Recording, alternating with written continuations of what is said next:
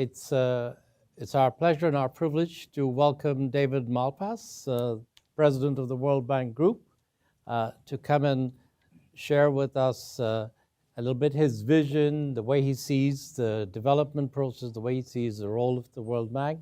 And the way we thought we would run this session is that we're going to have a conversation for the next half an hour or so, and then I'd like to open it up and invite you to come in with your own questions for him. I'm sure many people in this room have questions.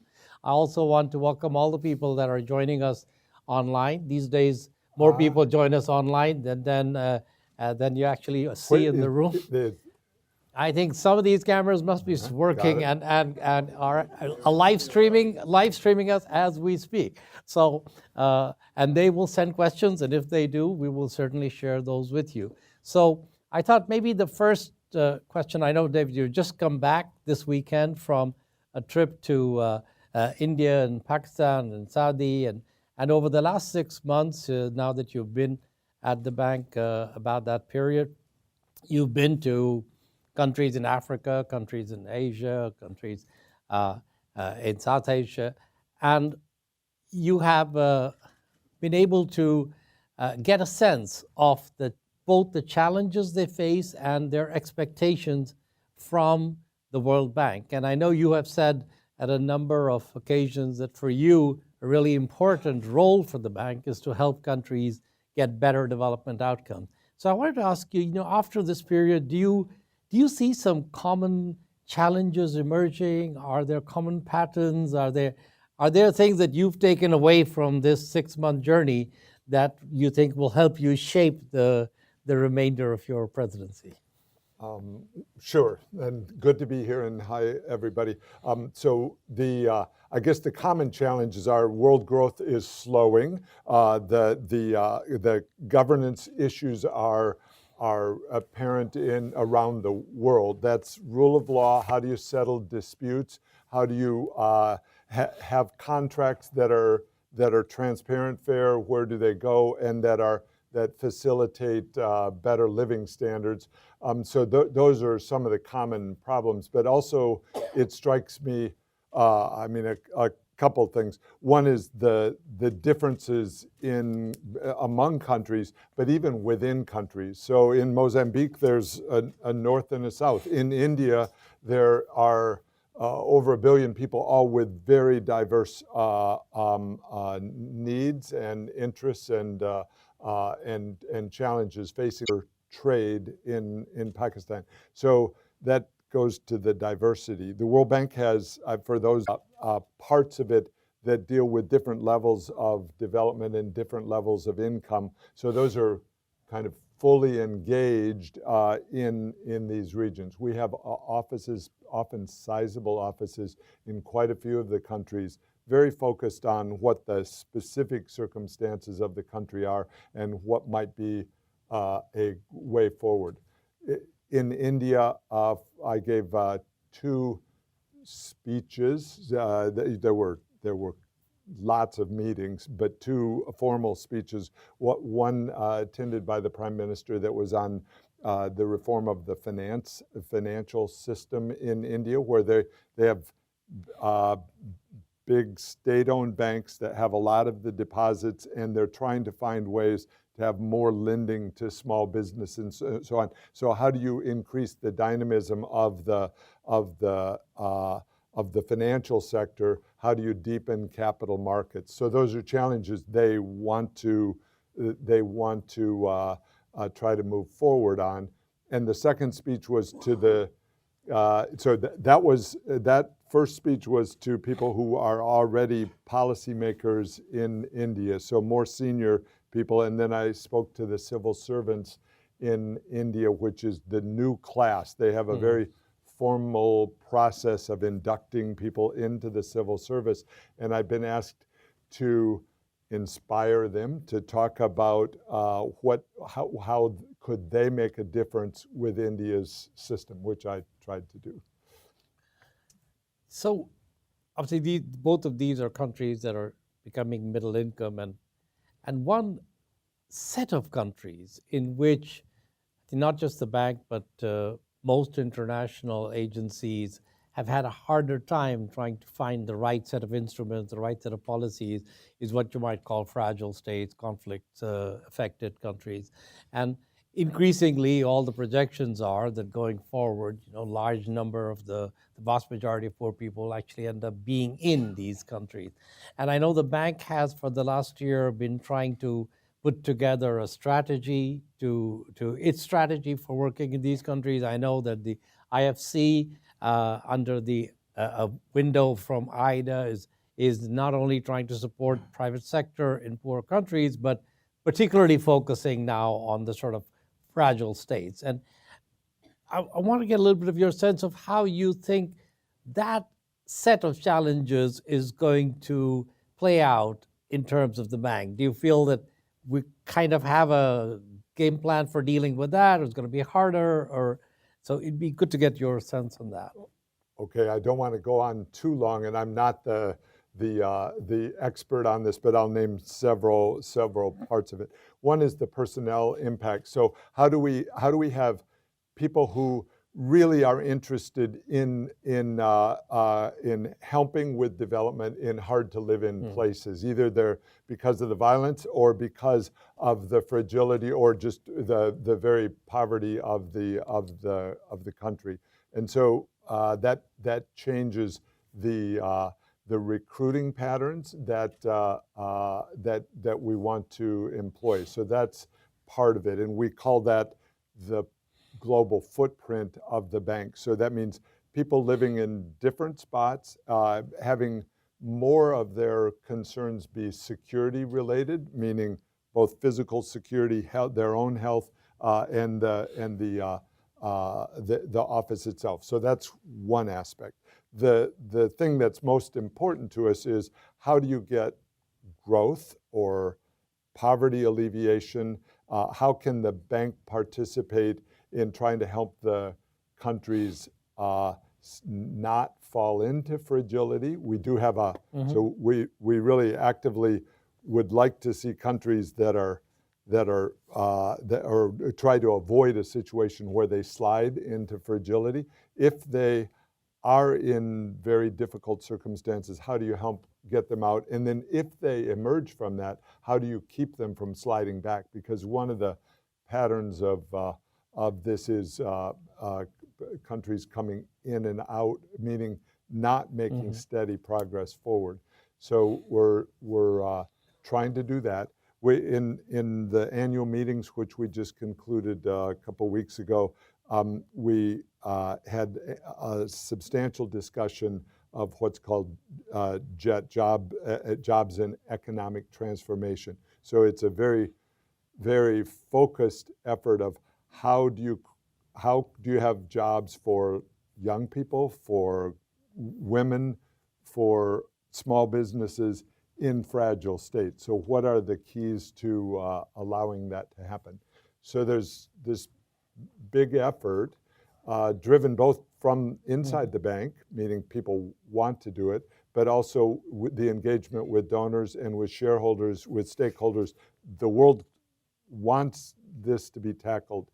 And so final point is then if we think of it regionally, there are quite a few regions. So there's the Sahel, which is the south side of the Sahara, and has lots of young people who don't have jobs, who then migrate or flow, and security issues. The Horn of Africa, where we think there's been progress, there has been progress, peacemaking between Ethiopia and Eritrea, but Sudan, even South Sudan, having the possibility of stabilization. In Riyadh last week, I met with the Prime Minister of Yemen, and I don't know if you've seen the news today, but there's progress on the south side of Yemen, which has had substantial instability. So the World Bank has been involved in Yemen on and off for years. And I didn't mention and so we're continuing to engage and to encourage positive developments in the stabilization or in the positive changes that might be happening there. And I said last point, but I'll make a last point. One part of this is arrears clearance for those countries. So there's a technical challenge for the bank that we work closely with the IMF on. If a country owes the multilateral institutions, then there needs to be a financial engagement in order to allow the international community to become more involved. So specifically in Somalia, we think we're close to that, so we push on that every day. And Sudan will also face that problem. Yeah. So these are sizable sums, meaning loans that the countries undertook years or even decades ago that are still outstanding. So you mentioned that other people who want the bank to be involved in, and I think in fragile states particularly, but more generally, when you're working in countries now, the bank has got a sort of program of work, but then there are many others who are working alongside. So there are regional development banks, and in fragile states, you're working with humanitarian agencies, with the UN system, and increasingly now with some bilaterals that are quite big. So in terms of investment projects, obviously, China's a big player in many countries in Africa. How do you see sort of the bank's role in terms of trying to work within a sort of system of institutions? And what's the way in which you think we can make most progress? You remember the G20 report that was done, the Eminent Persons Group came out with this recommendation of country platforms. Those country platforms are sort of, I would say, still in the making a year later. How energetically do you think we should pursue that agenda, or are there better ways to get coordination? I supported the country. I worked hard and pushed along the country platform idea from Treasury, and we're taking up that from World Bank. So what really, it's a fancy phrase and term for coordination among the different development community actors within a country to engage with the governments of the countries themselves. So the ideal situation is when either a prime minister or a minister of the country she's very engaged, very dynamic, and has a vision for where they want to go, and calls together and convenes the various donors, which might be bilateral, and also civil society groups, maybe private sector groups, the people that are most wanting to have success, and get them to talk and get them to coordinate their efforts to avoid the situation where they are either giving conflicting advice or having programs that counteract each other. So, and so what we've done from the World Bank standpoint is rather than have lots of planning exercises and international conferences in New York or in Europe, we've just asked our country directors. I really want our efforts to be focused from the individual countries and the regions in order to try to have the situations improve. So we've asked those country directors, and they might be IFC, the International Finance Corporation part of the bank, or the World Bank portion, to examine what the opportunities are to get people to come together and work collectively. So we have a set of countries that we call pilot, but it's really just beginning the process. So we have quite a few where we think there already were basically coordination groups, and sometimes they're in sector level. So the health, people interested in health in Cambodia may already have been meeting, they have been, and so they work they work kind of to reinforce each other's efforts to get good outcomes. So that I've wanted people to have a broad definition of what qualifies as a successful country platform. And then I wanted to make the broader point. There's been lots of talk about multilateralism. The way I boil it down is we're trying to have very effective international coordination, and that means in ways that really help the country or the region get ahead. And I think in many cases that's happening and can be even more effective.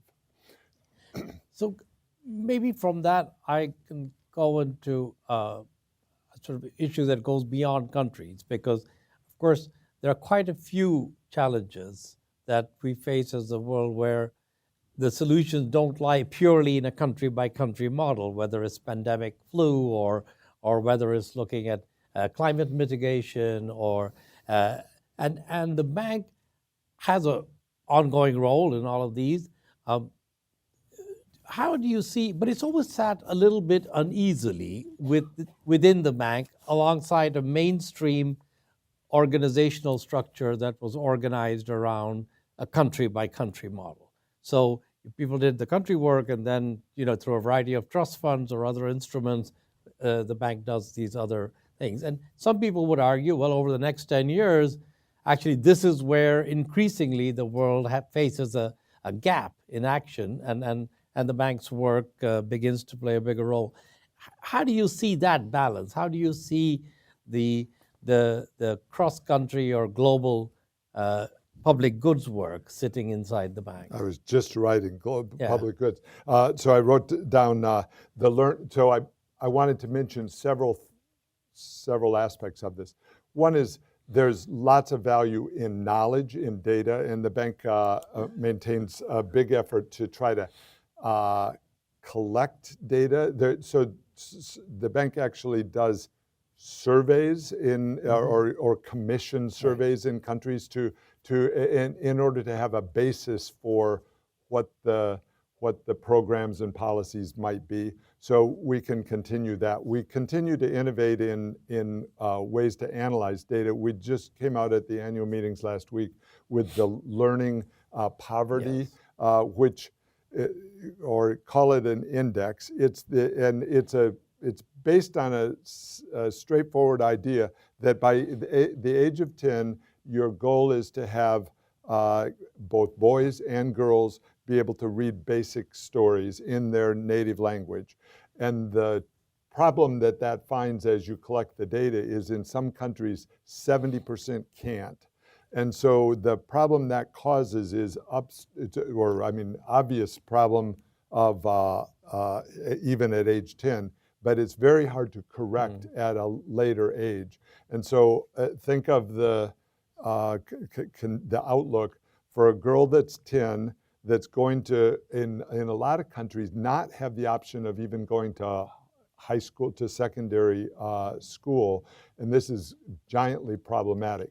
So by having the data and talking about it with the countries as we do, then it can help them improve. The hope is that they will look inside and see that they have a program that is not working and then take steps to try to improve it. Because we have to have a better launch for kids by the age of 10. So I wanted to mention the Doing Business Index. We published that last week. So it's a way around the world quite meaningful for a lot of countries to look at how businesses are allowed to form in their country, and then rate that and rate a country versus where it was last year. So fortunately for my trip, India and Pakistan had both advanced in the rankings, as had Saudi Arabia. So that was a good spot for me to be encouraging the country on. But they all then want to know, how can we go higher next year, which is very specific changes in law or in their process to allow businesses to form. We want, or we and they would like an environment where a new business can be formed pretty quickly, where a woman can form the business, not just men, and where there's some process, there's confidence in the process enough that you're willing to give it a try. I wanted to mention two other things. We'll be coming out next spring with Women, Business, and the Law. So an important part of the change going on right now, which we're trying to encourage really globally, is empowerment of women and girls. And that means across a broad range. That means to be allowed to have education, to be allowed to have documents that allow you to travel within a country and outside the country, inheritance processes, and so on. There's a substantial number of steps that can be done, and that the economic payoff is huge because women are half the population, and yet often, like in Pakistan, their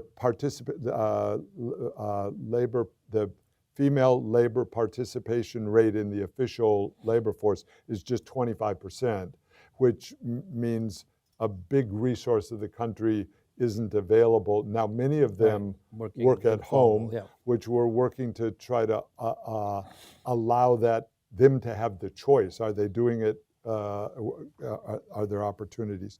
Two more things in the area of trade.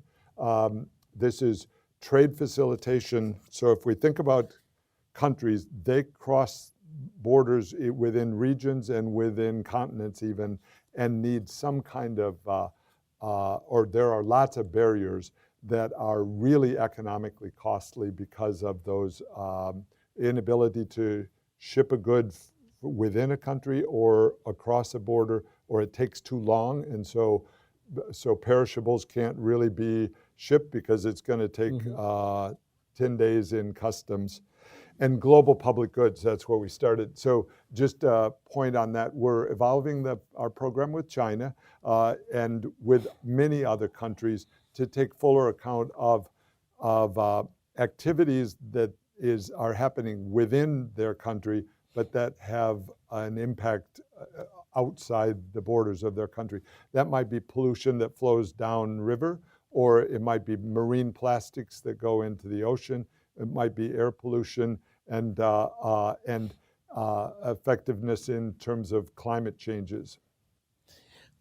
And so maybe just one further point on global public goods, since you said, I think that one way, as you say, is that in middle-income countries, whether it's China or other, the bank's operational program can shift to emphasize more the sort of spillover kind of activities, the regional or global public goods. And then there is a sort of role. You made a set of commitments, which I understand the bank is following through on in terms of, say, climate as a share of total operations or climate-related funding. And then there's a sort of global dialogue and leadership role on that, which I think at the moment has sort of sat a little uneasily between UN or other agencies. Sometimes the bank's taken a bigger role. And that's clearly also one of the areas in which, because it does get backed up with a lot of financing, can be a big way to move, whether it's climate or pandemics, that agenda forward. And I'm kind of assuming that's going to be continued part of the bank's mandate or work going forward. That's right. And so what we've wanted to focus on is getting the job done in countries. So I've not been wanting to spend so much time in the conferences, but more time with the countries in them moving forward. And so because our commitments and our mission, I think, is quite clear. And so the challenge, or a big part of the challenge, is actually seeing countries implement their goals, and including climate goals, and do it in a way that that moves them forward. Because if we look around the world, you know, the growth in developing countries, we're just right now working on IDA 19, the replenishment of the part of the bank that works on the poorest countries. And one of the concerning things in that is the median incomes in the poorer countries are going up slower than the median incomes in the middle income countries. And the bank knows, I mean, not perfectly, but knows a lot about the data in these two groups. And so it gives you concern that, the divisions are widening rather than narrowing. I want to turn it over, but maybe one last topic that I want to get your view on is an issue that you have spoken out on a lot in the last few months, and that is the growing problem of debt, and particularly debt in low-income countries, where I think about half of low-income countries now are sort of either in or at high risk of debt distress. And sort of the issue of the lack of transparency associated with the debt numbers. And for example, you know, after Tim Adams is sitting in the front row here, and you know, one of the things that the IIF has been doing for the last 18 months is sort of coming up with this voluntary disclosure code for at least the banks who lend to sovereigns. And you know, you can argue that's a small part of the puzzle, or it's not complete and it's voluntary, but at least it sort of moves that forward. I want to get a little bit of your sense of both the bigger issue and also how we can advance this transparency agenda. I mean, will it make a difference? How could we do it? Because from where I sit, I sort of see a lot of conversation on it, but 18 months later, I don't feel any closer to it being implemented than I did then.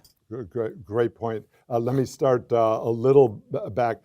Global growth slowing, so investment has been weak in developing countries, and so it's the challenge is how do you create an environment where investment can occur more readily, and that brings you to the lack of transparency in the debt. So it's not clear whether it's the amount of the debt or the uncertainty about what the terms are. So as we think about it from a goal of having people be able to choose their leaders or understand what their government is doing, a first principle would be that governments, when they enter into contracts, debt contracts, that there's some disclosure of what's the interest rate, how many years do we have to pay it back, what other things were done on the side, meaning did we agree to ship all of our natural resources for the next 10 years, and what did we get for the debt, meaning what is the quality of the project that's being done. And because part of the problem is in difficult countries, or really in all countries, it's hard to know what a good investment is. So that's in across all sorts of fields, meaning are railroads a good investment? Are roads a good investment? How much should they cost? Are more schools versus more textbooks, and on down the whole list of things that you can think about. And so we can't decide that. What we can do, I think, as a principle, is say that there should be some transparency about what the terms are. And so now, to your point of, it doesn't seem like any progress. So I started this hard at Treasury. We've established, I think, the idea that this is really an important direction. At the World Bank, what we are trying to do is we struggled with this because the more you dig into it, the more complexity comes out. There's the issue of what's the collateral, what liens are involved. Were any and a little known aspect of this, the World Bank has made loans to lots of countries. They usually have a negative pledge clause, meaning the country is not supposed to pledge its assets to somebody else because that undercuts their ability to repay. Well, that hasn't been honored in a few cases we don't, and so so you dig into it and it gets more. And I could do quite a few more aspects of the complexity of this. So what I said was, look, just take some countries and tell me all you know about the debt. So we're working on some pilot countries where we are trying to build from the bottom. You might say, how long can that take? Well, it ends up taking 3, 4, 5 months because it involves, because the contracts are really complicated. And, well, another aspect I didn't mention, some lenders have been writing into their contracts non-disclosure clauses, even into contracts with governments. So the government says, I'm prohibited from telling you what the debt is that I've got, that I borrowed. Well, that then does not create an attractive environment for new investment to come in. So how can we work on organizing that? So what we're doing is trying to understand the debt in those countries that really want to help move that forward. And with that information, then we'll better understand the types of debt. This is a fast-moving target because as soon as you find out a given kind of term in a contract, then clever financiers think up another way of doing it. So you're trying to move quickly to get more transparency in the debt so that the projects can have better quality. And of course, you could argue that in some of the countries, the Ministry of Finance or the Central Debt Office itself doesn't have the full information because a lot of it is borrowed by state-owned enterprises with some kind of implicit contingent government guarantee that doesn't show up until it's called. Exactly right. So we have active technical assistance programs, or one aspect of what the World Bank Group does is tries to help countries have the capacity to really get all the contracts known. I mean, do you have a full list of all the contracts that you've entered into? Do you have a copy of them? Can we have a spreadsheet of them? And what's the variation of the terms, and so on like that? That turns out to be a lot of work, and not all countries need to build the capacity, which we're helping with. And as civil society, I should just say that, from where we sit, it would be great if that information was available for analysts to be able to review and analyze, so that, sunshine is the best disinfectant. The more you can get people to look at it, the better. We could continue with this conversation, but I want to actually make sure that we give an opportunity to people in the room to raise comments, and I'll try and take 3 at a time. So let's see now. I think I'm going to have difficulty. So let's see now. 1, 2, and 3 here. Then I'll come to that side. So the first is gentleman over here, and second. Thank you. Mr. Malpass, thanks so much for your review, particularly of your recent trip. One of my favorite parts I'm John Coonrod with the Hunger Project. One of my favorite parts of the bank is the Partnership for Social Accountability, and it's having its forum in a couple of weeks. And it's been a real interesting innovation of the bank, which is owned by its member countries, to really directly work with civil society and improving governance. And at this time of closing civil society space, how do you see your leadership and the bank's leadership to expand civil society space and improve that kind of social accountability? Okay, Thanks. and then I think I had a second one in the back there, that gentleman over there. Yep, thank you.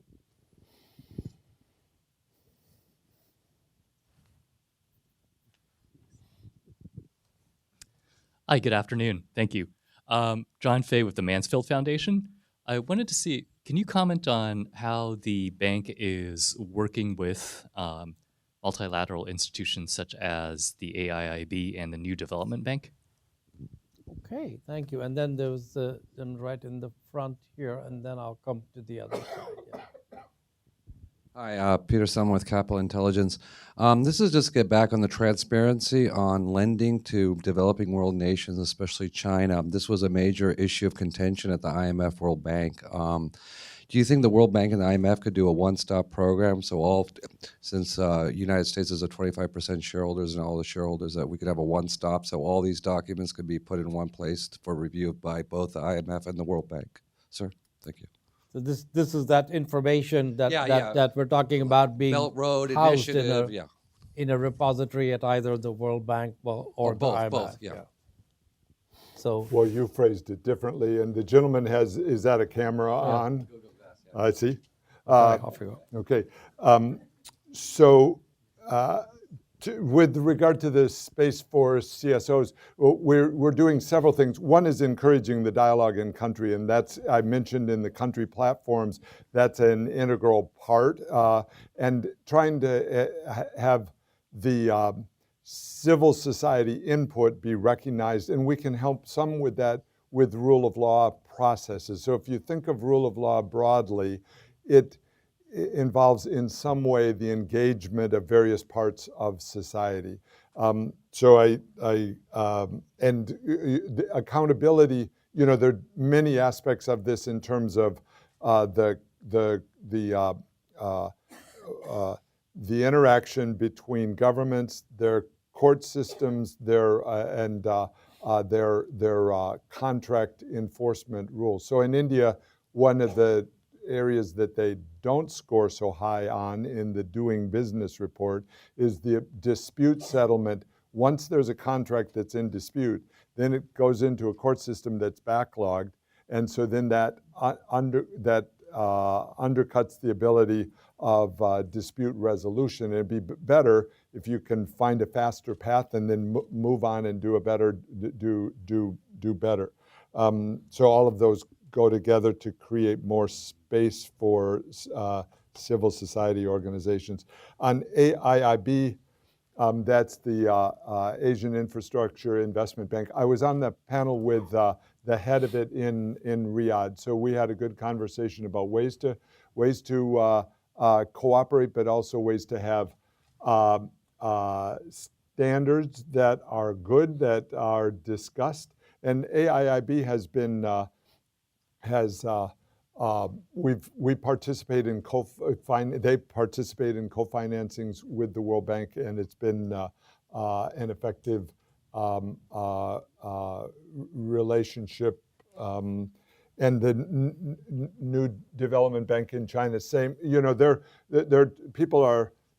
are new entities coming on. My own view is the World Bank is able to operate in a lot of countries, and so my job is to try to make it as effective as possible. So we talk with all the other organizations, but I'm very focused on how do we, as either singly or as a group, get good outcomes, help countries get to good outcomes on their development.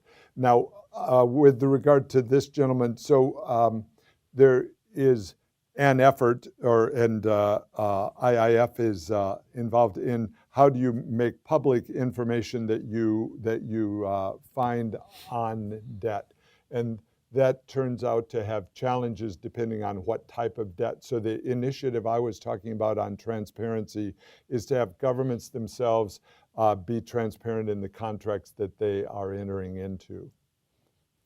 Okay, there's a lady right next to you, Bryn, just behind.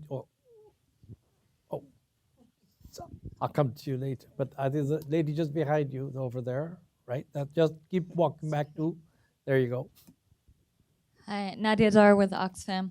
Mr. Malpass, I'm wondering, given the World Bank's twin goals to eliminating extreme poverty and boosting shared prosperity, given that the Poverty and Equity Global Practice says that we can't tackle poverty without tackling inequality, and your commitment to SDG 4 on education and the right to education for all, I'm wondering what you think of, or do you think that the World Bank Group should be supporting for-profit schools that charge fees to poor families, sometimes up to 40% of a poor family's household income to send one child to school?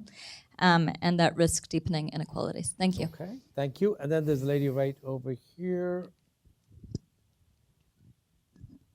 Good afternoon. This is Javeria Tareen, and I'm from Pakistan. I live in Balochistan, and I'm heading a first ever think tank in Balochistan, Balochistan Institute of Research and Development, and I'm a journalist by background.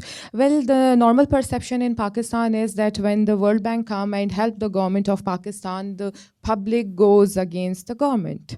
So you being a new president of the World Bank, what will be your strategy to tackle that challenge for the World Bank? And the second, being from Balochistan, I have feel and have experienced that World Bank does not work with the civil society much, but they worked mostly with the stakeholders, with the government department.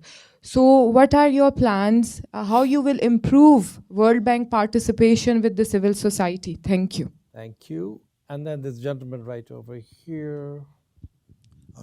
Thank you very much. Carlos Santos Burgoa from the George Washington University School of Public Health, the Department of Global Health. Thank you very much for the opportunity. You mentioned governance and good investment. My question is, what are your thoughts in terms of investing in institutional development and improving governance, especially in health governance, the stewardship on information, financing, health protection, and risks? What are your thoughts in this issue of investing in institutional development? Thank you. Governance. Maybe I'll go backwards this time. So on health and governance, I'm very interested in your views, and I think academia can make suggestions on how developing countries can do it better. There's a big challenge because a lot of times the countries, it's hard to have enough capacity. So they certainly don't have enough doctors. In many cases, not enough nurses. So that brings to community-based healthcare workers can contribute. Then you get the issue of, do you have a payment system that can get money to people that are providing healthcare? It goes to your pandemic. One of the biggest challenges, I'm just listing, this conversation could go, this is a huge area of challenge for the world of how do you, as a practical manner, provide better healthcare or give people access to better healthcare as they're going. So the bank focuses on children.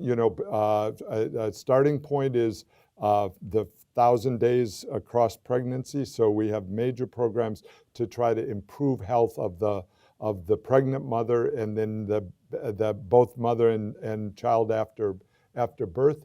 Then the early stage nutrition programs are vitally important. Stunting, we have lots of data on what is causing children not to grow, and we know a lot about it, that it also affects their later development severely. So we are working desperately, really, to reduce the incidence of stunting. That means clean water. That means it's in some cases more calories, but in many cases it means more nutritious calories. And so there's active programs to try to help countries evolve their agriculture systems toward more healthful food. But I mean, I've just really skimmed the surface. And so part of this is, how do you get enough money into the system, but then also how do you engage in a way that is effective? Because a lot of times it's not the amount of money, but it's the way it's either used or not so well used in the country's systems. The previous question was on Balochistan, and so hello, on Balochistan. So inequality is a big issue. Lack of growth is a giant problem, including in Balochistan, a big province of of Pakistan. And so the way we're trying to do it in, this gets very much different in different countries. So in Pakistan, we're trying to work with the sub-national level, and we have big program. We're able to work with the provinces. And so I was just 3 days ago in Karachi, which is in the province of Sindh. And so there's a chief minister who, and these are not small provinces. Sindh has maybe 60 million people, maybe 65 million people, with quite a bit of executive authority residing in the, and you're right, often elite government of a given province. So the bank can work directly with the province in order to try to encourage programs that allow people to get more income at all levels, but especially at the bottom, in order to reduce the inequality. And that can take all different characters. One of the most important is basic health, meaning water, clean water, electricity, but then agricultural, some ability to grow crops. One of the things going on in Pakistan is they've been growing a lot of rice and wheat, and need to grow value, and sugarcane and some cotton. And so, but they need to grow value-added crops, which might be mangoes, it might be types of vegetables that are better for the diet, but also more valuable as the farmer grows them. But they oftentimes don't have a system that really facilitates that. So we can work in those granular programs. And the previous question also on inequality, but in the context of education. So we want to work with countries on systems that work within their countries. And that's a variety, as I've emphasized, countries have a variety of challenges that they're trying to face.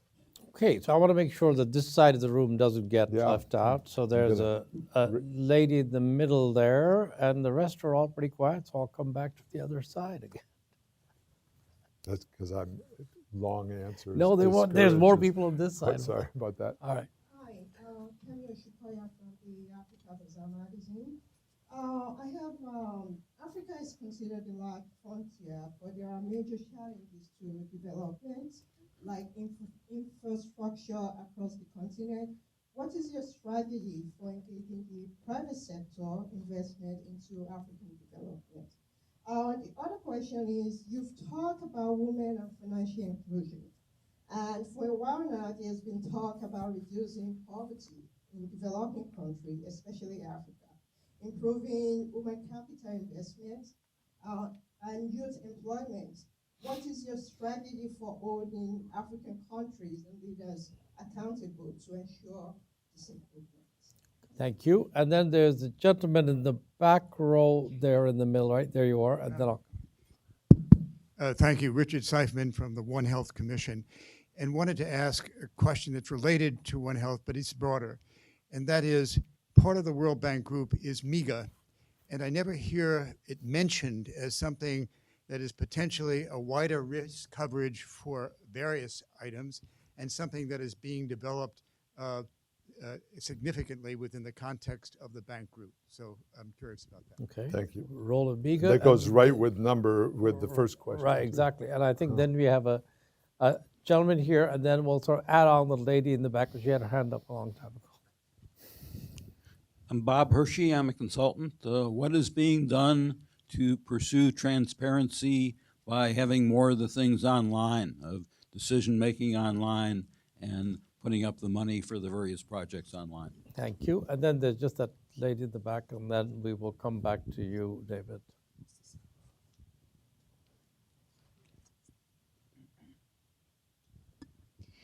Good afternoon. Roberta Romano, Policy Officer with the International Organization for Migration, IOM. Two quick questions, one about the World Bank engagement in fragile conflict and violence, and as the bank is preparing the new strategy, the role of governance and strengthening institutions, which is something that UN agencies usually has less leverage in promoting. And the second one is, as we talk about models for defeating poverty, how human mobility is considered at the within the bank strategies, both as a consequence of poverty, but also as a coping mechanism, and also to reduce inequalities between countries? Thank you. Thank you. Yeah, thank you.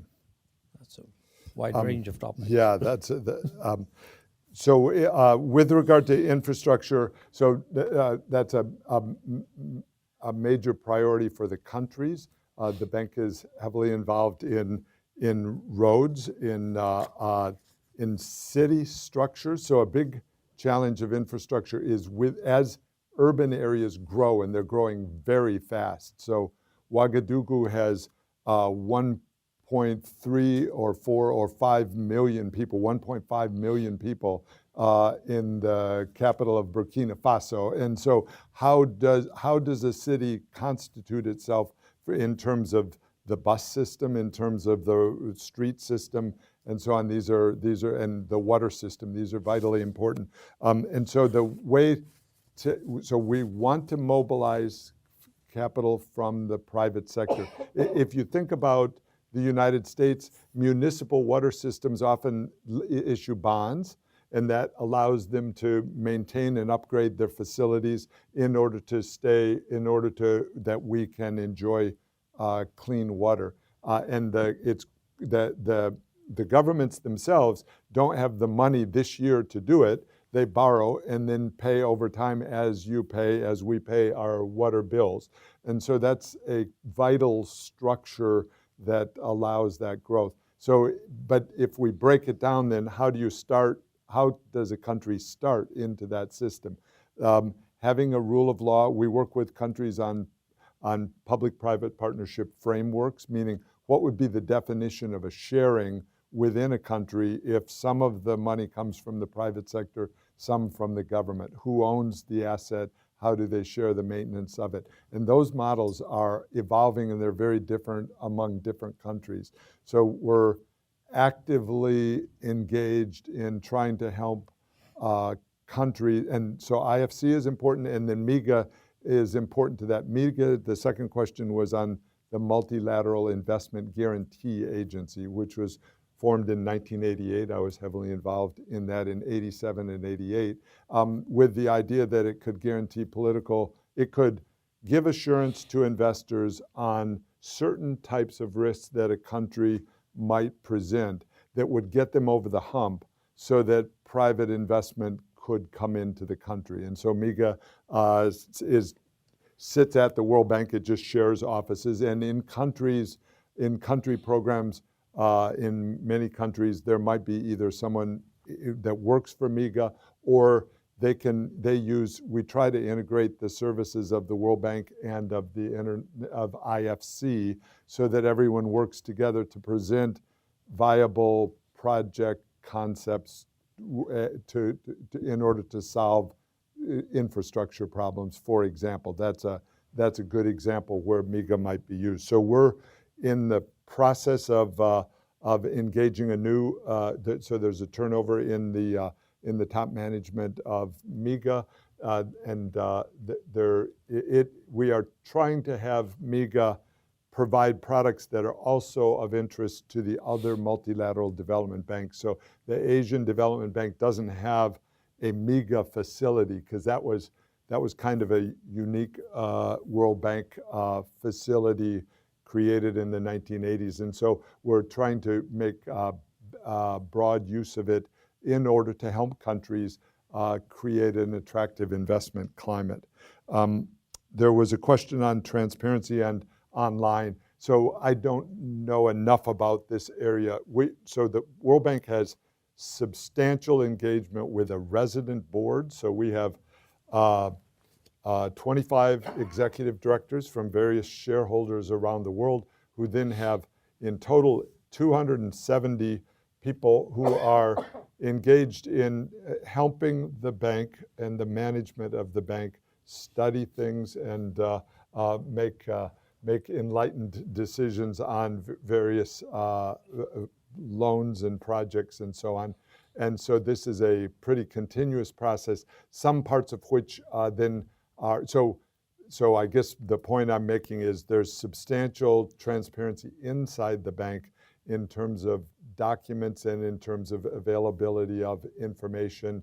And and then there is huge amount, I don't know if you've looked at the World Bank websites, but giant amount of information on the history of the projects. There's a whole part of the World Bank called the IEG, the Independent Evaluation Independent Evaluation Group, or which does studies after the fact of projects and which ones really worked and which didn't, and those are available online.